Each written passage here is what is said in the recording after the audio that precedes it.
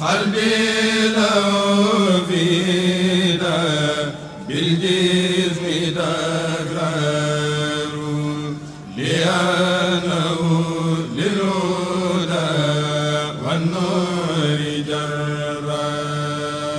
Asalaamaaleykum wa rahmatullah. ñu dellu si waat ak yéen ci dellukaay nit ki ci tolluwaay jamonoom wala dafa wax ni ku xamut foo jëm nag dangay dellu fa nga jóge woon.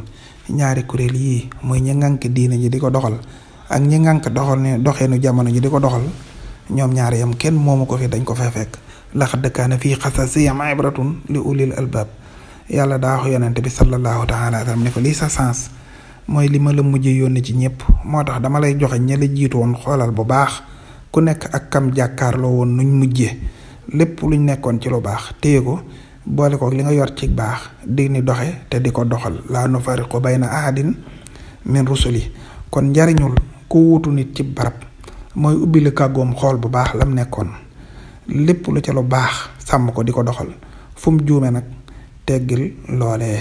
moo tax mu ne njariñul nit kiy dund ci kaw suuf mooy na bàyyi xel ñetti cër yi muy bëtam yi xool di gis, noppam yi déglu di dégg, ak xolam bi nga xam ne mooy xalam.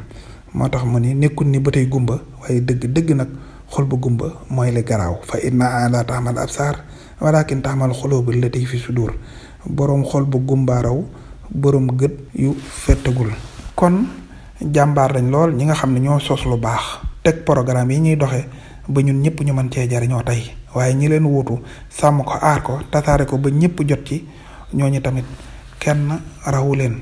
boo xoolee li ëpp nag ci doxalinu jamono jii ñi nga xam ne ñoo ŋànk doxeenu aada yi muy àddina bi léegi leen nit day programme wane benn programme boo xam ne ci lañ ko fale bu demee ba jot rek teg fa ni ku ñukk doxe beneen programme waaye ku wuutu nit di def fu mu teggee tànkam nga jéem ko faa teg bu demee ba teg tànkam ci xal mu lakk ko wala mu teg ko ci pont mu jam ko ku la ni mën nga ko caa teg te du la lakk mbaa du la jam waxulu lu am.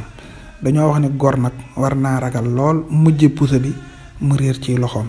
àndu xale mën naa sell waaye àndu mag ak mag jariñante rek mbaa lorante. wasalaamualeykum wa rahmatullah.